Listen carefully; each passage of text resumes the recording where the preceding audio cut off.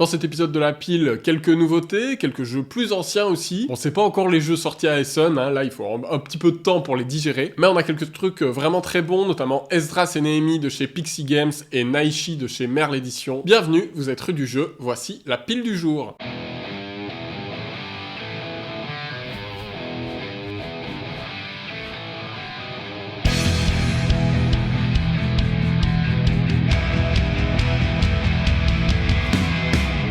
Avant de commencer, n'oubliez pas la boutique partenaire Golden Meeple, goldenmeeple.be. Cédric et Laurent font un travail exceptionnel, à la fois pour récupérer des nouveautés à des prix qui battent toute la concurrence, mais aussi pour choper des imports que vous aurez nulle part ailleurs, que ça soit des Kickstarter avec Luthier, que ça soit Compile, qui est une perle du jeu de cartes 2 joueurs dont je vous reparlerai probablement bientôt. En termes de jeu de pli, c'est la caverne d'Alibaba aussi, enfin bref, faites un tour sur Golden Meeple, et vous pouvez aussi rejoindre le Discord de Golden Meeple. Je vous mets le lien dans la description, c'est le meilleur moyen d'être informé des arrivages en quasi temps réel. Je voulais aussi vous rappeler que si vous aimez mon travail, vous pouvez soutenir la chaîne sur ko-fi.com/rue du jeu, vous pouvez rejoindre le voisinage et avoir accès aux vidéos en avant-première. Vous participez à une tombola, vous pouvez acheter un ticket pour 5 € et si vous l'emportez, vous recevez un lot de 60 € de jeux que vous composez vous-même parmi des jeux qui me plaisent. Et si vous êtes déjà donateur ou donatrice à hauteur de 5 € par mois, pas besoin de repasser à la caisse, vous êtes automatiquement dans les participants et participantes au concours. Sinon, un like, un commentaire, un partage, un abonnement, tout ça c'est gratuit et ça fait plaisir. Comme d'habitude, tu commences à connaître le format. Avant de commencer la pile proprement dite, on démarre par des mentions honorables. D'abord, Tokshokot, le premier jeu de Merle Éditions. Donc Merle Éditions, c'est un tout jeune éditeur, c'est l'éditeur de Naishi, dont on va reparler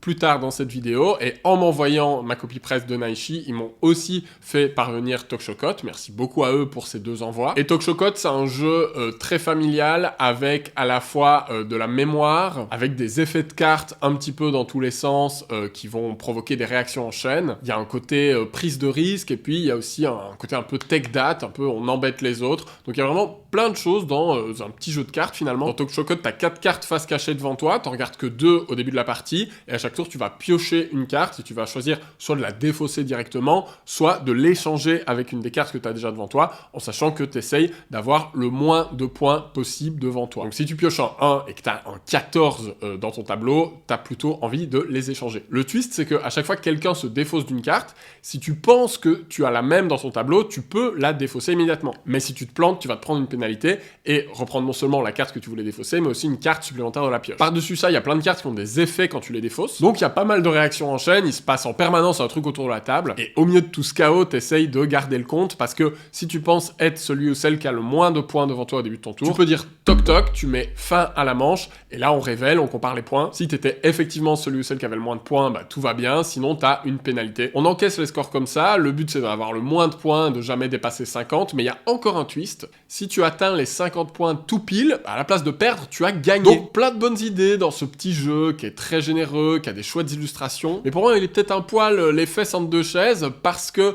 il y a un peu trop de trucs pour en faire vraiment un jeu pour enfants. Et en même temps, il est un peu trop chaotique avec des effets tout le temps dans tous les sens, etc. Ça risque d'un peu chiffonner les joueurs plus initiés. Donc je sais pas vraiment à qui le jeu s'adresse, mais ce qui est sûr, c'est que il y a du rythme, il se passe des trucs, c'est fun. Je sais pas trop le classer, je le mets pas dans ma pile, mais franchement, si vous cherchez un jeu familial avec des rebondissements, Tokshokot peut vous intéresser. Plus rapidement, j'ai aussi reçu 365 Aventures, le donjon de chez Sorry We Are French. Merci à eux pour cette copie presse. 365 Aventures, c'est un jeu qui est en fait sous la forme d'un calendrier. Donc, vous avez un petit pion et des dés dans la boîte. Et le pitch du jeu, c'est que vous allez jouer pendant un an, 2 minutes par jour, tous les jours. Donc c'est au-delà du calendrier de l'Avent, hein, c'est vraiment un jeu qui va vous emmener pendant toute l'année 2025. Donc évidemment, le jeu va être évolutif, ça va essentiellement se jouer au dé, mais vous allez combattre des monstres, vous allez gagner de l'équipement, etc. Et chaque mois, vous allez avoir des nouvelles règles, des petits twists, des nouveaux objets magiques, des nouveaux monstres, etc. Je trouve l'idée bonne, je trouve le concept intéressant, ils m'ont même envoyé une petite piste de dés avec, je suis pas sûr qu'elle soit dans la boîte par contre, mais par définition, j'y ai pas encore joué, même si j'imagine que tu pourrais le commencer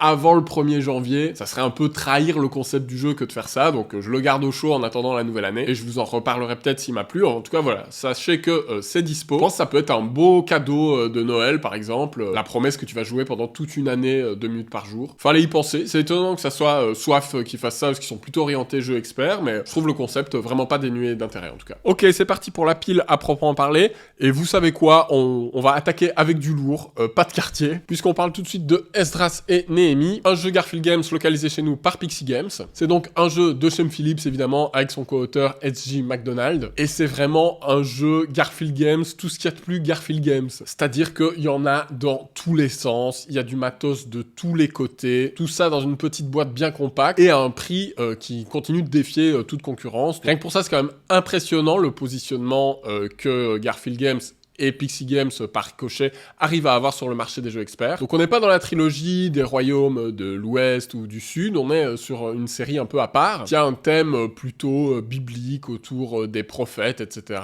J'y connais pas grand-chose. Et entre nous, même si j'imagine que c'est plutôt bien documenté et référencé, c'est surtout un jeu très mécanique. Alors moi, Esdras et Néhémie, il m'a surtout donné des sensations de Newton, le jeu de Luciani et Mangone, qui est aussi localisé en VF chez Pixie Games d'ailleurs, parce que comme dans Newton, on a ce plateau un peu puzzle qui donne en fait plusieurs mini-jeux. Comme dans Newton, on va regarder quand on veut déclencher une action le nombre d'icônes qu'on a dans cette action correspondante. Alors là, il n'y a pas une icône par action, il y a 3 couleurs de bannière, mais chaque couleur de bannière te donne accès environ à 2 actions, donc finalement ça revient un peu au même. Et donc tu vas vouloir jouer tes cartes dans le bon ordre pour profiter des bannières des cartes précédentes. Et donc il y a beaucoup de planification assez solo, assez solitaire dans la réflexion de dans quel ordre je joue mes cartes pour que tout ça se goupille bien. Puzzle qui est ici complexifié par le fait que tu vas recouvrir tes cartes. T'as que 3 emplacements sur ton plateau. Donc après avoir joué 3 cartes, tu vas devoir recouvrir des bannières que tu avais posées précédemment. Donc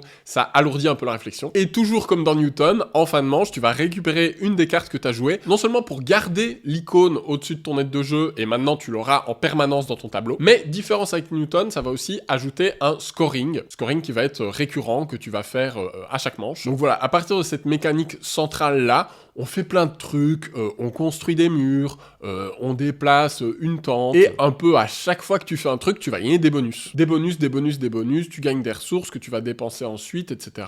Donc ça dégueule un petit peu de gain, t'as vite fait d'oublier un peu des trucs à gauche à droite. C'est pas un jeu que je qualifierais d'élégant, il n'y a pas énormément de tension ou de frustration, parce qu'en fait, t'as toujours une action intéressante à réaliser, et il y a des parties du jeu que j'ai trouvé vraiment peu ergonomiques, voire brouillonnes. Je pense notamment à la zone des Lévites, où tu comptes le nombre de bonhommes que tu as placés là sur le plateau, ça te dit le nombre de ressources que tu peux placer, tu dépenses tes bannières petit à petit, mais s'il y a des bonhommes que tu n'utilises pas pour placer des ressources, alors tu peux les utiliser pour faire une bannière, donc tu es tout le temps en train d'essayer de compter, les possibilités sont vastes, il y a une petite course pour finir certaines zones par-dessus ça, pour regagner des bonus encore, mais même si je suis vraiment pas client des Garphill Games et que celui-ci en est un à 10 000%, je dois admettre qu'il est très plaisant dans les sensations. Il y a vraiment une bonne rejouabilité parce que la mise en place va révéler de nouveaux pouvoirs qu'on veut aller chercher. Il y a des zones aussi qui sont très intéressantes mécaniquement, notamment ces débris qu'il faut déblayer sur lesquels tu peux construire après. Il y a de l'opportunisme très intéressant dans l'interaction indirecte de qu'est-ce que tu vas laisser comme possibilité à tes adversaires. Est-ce que tu vas pas malgré toi incarner un tremplin pour eux pour faire une action plus intéressante? Cet aspect bac à sable avec des ouvriers multi-usages, il y a vraiment plein de bonnes idées. Donc si vous êtes amateur du genre, vraiment celui-ci est à conseiller. C'est un bon opus que je préfère à Voyageurs du Tigre du Sud par exemple. Maintenant, si comme moi vous appréciez les jeux épurés et sobres, vous apprécierez les sensations de jeu, mais vous allez vous retrouver un petit peu ballonné à la fin de la partie, probablement, à consommer avec modération. Du coup, Esdras et Néhémie, pour le moment, ils démarrent la pile. La boîte est tellement pleine à craquer qu'elle a du mal à fermer, regarde. Bon, je sais pas vous, mais moi j'ai besoin de légèreté après ça, et ça tombe bien parce que les jeux au plat m'ont envoyé pas mal de petites boîtes. Allez, on va démarrer avec les boîtes Quatsu. Les boîtes Quatsu, vous en doutez, c'est un jeu plutôt orienté enfant, à partir de 6 ans, mais si j'en parle, c'est parce que je pense qu'il peut tout à fait être joué entre adultes. Comme Tokshokot, c'est un jeu de mémoire, et là, il y a une grande partie d'entre vous qui vous dit c'est pas pour moi. Mais celui-ci a ceci de très amusant qui joue un peu sur le côté surcharge cognitive pour devenir fun, un petit peu à la façon d'Order Overload, qui quand tu joues à 6 et qu'on te cite 30 commandes d'affilée que t'es censé retenir, devient un pur jeu d'ambiance. Ici c'est pareil, on y a joué avec ma fille, je l'ai aussi essayé avec des potes, et on s'est honnêtement super bien marré, parce que le but c'est quoi? Ben on est sur un carré de 9 cartes et elles sont recto verso et chaque côté a un élément différent. Il y a des feuilles, il y a des champignons, des rochers de couleur rouge, bleu, jaune. Donc la question que tu te poses, c'est nom de Dieu cette carte, mais il y a quoi dessous? En face d'une ligne, t'as une carte noisette qui vaut soit 1, soit 2 points. Le but, c'est d'arriver à 5. Et pour arriver à choper cette carte qui vaut des points, bah ça va être un vrai marathon. Il va falloir que 3 cartes d'affilée dans la ligne, tu puisses dire ce qu'il y a de l'autre côté. Et puis tu retournes la carte, tu vérifies. Si c'est bon, tu passes à la carte d'après. Sinon, bah c'est mort, tu devras recommencer tout. Et le challenge est vraiment très marrant parce que c'est hyper compliqué. Quand tu te plantes, t'essayes de mémoriser pour avoir l'info pour le tour d'après. Mais entre-temps, les autres joueurs font leur tour. Et pour bien faire, t'essayes aussi de mémoriser ce qu'il y a de l'autre côté de leur carte. Parce que peut-être que tu vas te retrouver dans leur ligne après. Et il y a un côté stop ou encore. Parce que si au bout de 5 essais, t'y arrives pas, t'en peux plus, tu peux aussi passer ton tour pour décaler ton personnage. Donc oui, c'est de la mémoire, mais de la mémoire fun, ça va vite. T'enchaînes les tours comme ça, tu te plantes plein de fois, mais c'est pas grave, tu en ris tellement tu es mauvais. Et on est sur une corde raide, mais comme il y a un peu trop de trucs à retenir pour que ça soit faisable dans un truc de concentration, bah ça en devient drôle, et ça peut vraiment être un bon jeu d'apéro que tu fais avec tes potes. Certains pourraient facilement transformer ça en jeu à boire. Attention, l'abus d'alcool est dangereux pour la santé. Donc voilà, sous ces airs de jeu enfant, il y a peut-être un jeu d'ambiance pour vous qui se cache à l'intérieur de cette petite boîte. Mais bon, évidemment, le jeu est répétitif, il y a pas grand chose d'autre que ça à l'intérieur, même si techniquement il y a 2 boîtes, tu peux les combiner, nanana. Donc bon, là on compare des torchons et des serviettes, mais ça reste, il y a moins de profondeur qu'Ezra et Néhémie, ça c'est sûr. Pour l'instant, il va en dessous dans la pile. Une fois n'est pas coutume, on va enchaîner avec un vieux jeu qui s'appelle 1. 1, la tribu, hein, pas la préquelle de 2. Je trouve que le titre est vraiment une fausse bonne idée. C'est juste un appel au jeu de mots, mais bref, c'est un autre sujet. 1, ça a quelques années maintenant. C'est édité chez la boîte de jeux, mais il avait été pas mal remarqué parce qu'il a eu plusieurs prix. Le prix Ludinor, il a été nommé au Flip aussi. Il était finaliste au concours de Boulogne-Billancourt. Du coup, bah moi j'étais curieux de l'essayer, et il était pas mal déstocké, donc ça se récupère à pas cher. 1, c'est un jeu à la mécanique très épurée de draft 2D. Il y a 5 couleurs de cartes, 5 couleurs de cubes. Chaque carte a un peu des spécificités. Donc les bleus sont des équipements qui vont vous donner des petits pouvoirs. Les noirs sont des cartes négatives que vous allez mettre dans la tronche des autres joueurs. Les jaunes sont des trésors qui vont vous demander d'avoir certaines ressources pour faire des points de victoire en fin de partie. Et à chaque tour, on lance les 5 dés qui correspondent à ces 5 couleurs de cartes. Et à ton tour, mais c'est tout bête, tu prends un des dés, et c'est soit un nombre de ressources que tu récupères, soit des cartes que tu pioches. T'en pioches le nombre indiqué par le dé, et t'en gardes une. Donc moi, j'aime bien, sur le papier, cette mécanique, le côté hyper épuré, des choix simples mais efficaces. Mais le problème, c'est que 1 est un foutoir sans nom. Comprenez-moi, hein, j'aime bien l'interaction, mais ici, elle est constante, elle est forcée. T'as vraiment des cartes qui sont littéralement faites pour que tu les mettes dans la tronche des autres. Donc c'est pas très subtil, c'est pas très fin. Et à côté, ce que le jeu te demande de faire, bah, c'est juste des contrats. C'est-à-dire que tu as sur ton plateau personnel des chariots qui sont un certain nombre de ressources que tu veux choper. Et donc, à la fois, le jeu peut être super interactif avec plein de cartes dans la tronche, etc. Et à la fois, il peut être complètement idiot et sec et plat de... bah tu prends des ressources pour les mettre sur tes contrats jusqu'à ce que tu les aies finis et t'essaies de faire le plus de points possible. Et donc cette partie-là n'est pas très intéressante, mais en même temps c'est la plus efficace pour gagner des points. Donc c'est souvent celui qui maximise les contrats qui va l'emporter, pendant que les autres se tapent sur la tronche et se desservent, et du coup mécaniquement, pendant qu'ils font ça, ils ne gagnent pas de points. Et puis tu te retrouves souvent limité dans tes choix. C'est-à-dire qu'en fonction du tirage du dé, il y a des choix qui peuvent être tellement évidents. Si t'as un dé avec 3 ressources bleues et qu'il faut 3 ressources bleues sur tes contrats, bah tu vas pas te poser la question de est-ce que je vais prendre des cartes. Donc j'ai vraiment été déçu parce que j'y voyais un jeu fin, épuré, et à jouer, ça se révèle un peu ennuyeux. Et c'est dommage, hein, vraiment, j'avais envie de l'aimer, je trouve les illustrations magnifiques, les cartes forment un panorama quand tu les alignes, toutes les cartes sont uniques en plus, ce qui peut être très chouette sur le papier, mais encore une fois, ça ajoute en fait encore plus de chaos dans la pratique. Franchement, moi j'ai pas aimé, je vous le conseille même pas en déstockage, et vous l'avez compris, pour moi, il rejoint logiquement le bas de la pile. Alors, certes, il y a plus de trucs que dans les boîtes Quatsu, mais c'est bien moins amusant. Encore une pile d'une stabilité exemplaire, hein. Ce format est sponsorisé par les lois de la physique. Allez, on continue d'alterner grosse boîte, petite boîte, avec RIP, cet autre jeu qui m'a été envoyé par les jeux au plat. C'est une adaptation d'une bande dessinée que je ne connais pas, mais qui paraît-il est très cool. Donc on est un peu dans une vibe poisseuse, crasseuse, des pillards de maisons qui vont voler des objets, puis qui se tirent la bourre sur le partage. D'ailleurs, le livret de règles retranscrit un peu cette ambiance, mettant pas mal d'argot, etc. dans les règles. Et autant je déteste ça, par exemple quand Vlada Chvatil le fait dans ses jeux complexes, je suis là, mec, arrête de faire des blagues, j'essaie de comprendre ton jeu. Autant là, dans un petit jeu aux règles très épurées, très simple, ça fonctionne bien. Donc on est dans une vraie adaptation, c'est pas juste un thème plaqué. RIP, ça a vraiment été une très bonne surprise. C'est un petit jeu de cartes un peu chafouin qui donne presque le sentiment d'un jeu de pli marié avec un smash-up très très light. Vous avez en main des cartes de valeur qui vont de 0 à 10. Tout le monde a le même deck de cartes techniquement, mais t'en as que 3 en main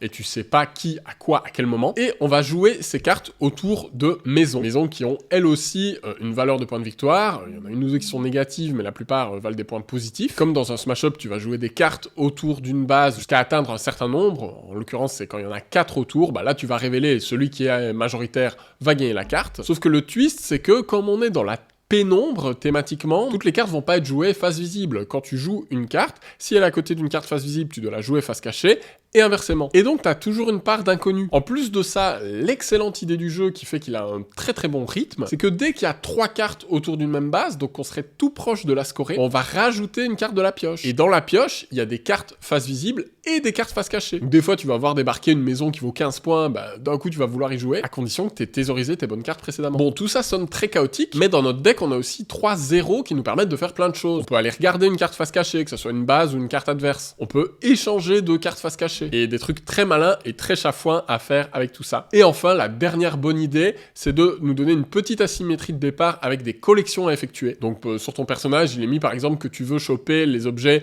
1, 4, 7 et 11. Et du coup, la carte à 1 point dont tout le monde s'en fout, bah toi d'un coup, elle va t'intéresser. Donc tout ça donne un très bon cocktail et sur le papier, j'y croyais pas du tout. Mais dans les faits, ça marche vraiment bien. C'est joué en 10 minutes. Ça va très vite. Dès que quelqu'un a 4 bases, ça s'arrête. Il y a une variante avec même un rôle caché qui lui veut récupérer les cartes qui font des points négatifs. Vraiment rip si vous cherchez un petit filler chafouin comme ça. Tapez le carton entre potes, ça fonctionne très très bien. Bon, j'avoue, je préfère quand même Esdras et Néhémie, mais j'ai vraiment été impressionné par la pureté du game design. Les illustrations qui viennent de la BD sont très cool. Donc rip, vraiment, checkez-le. Et enfin, on va terminer cette pile avec Naishi. Naishi, je vais aller vite dessus parce que tout le monde en parle et a raison. C'est un jeu de Mathieu Bierry et d'Alex Fortino. C'est édité par Mère Édition, c'est leur 2e jeu.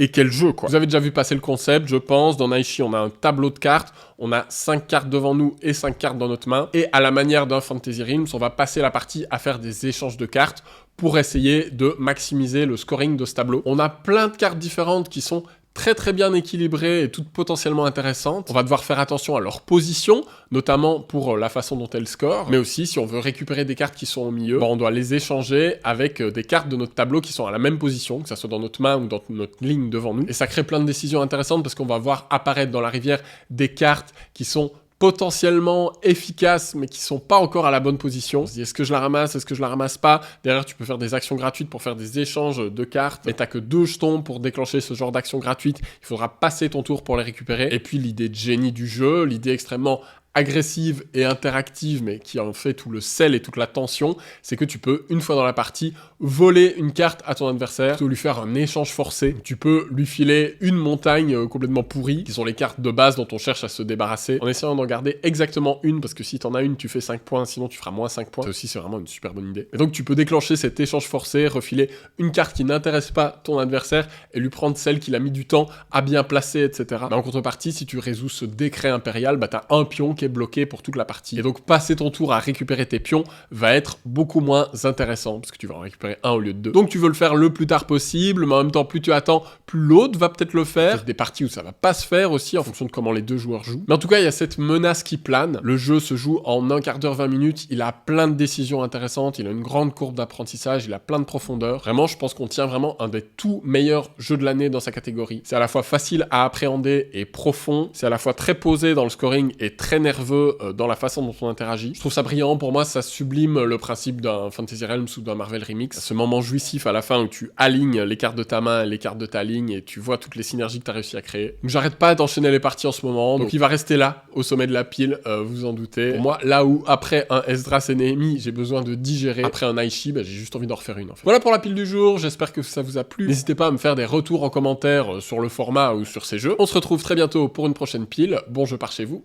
Ciao. J'ai acheté un piano, j'ai pas le temps d'en jouer. Mais c'est mon jour de congé et j'ai fini la vaisselle. Pourquoi pas vider mes tripes entre midi et 2? Ça fait tout juste 2 ans que tout est dans ma cervelle.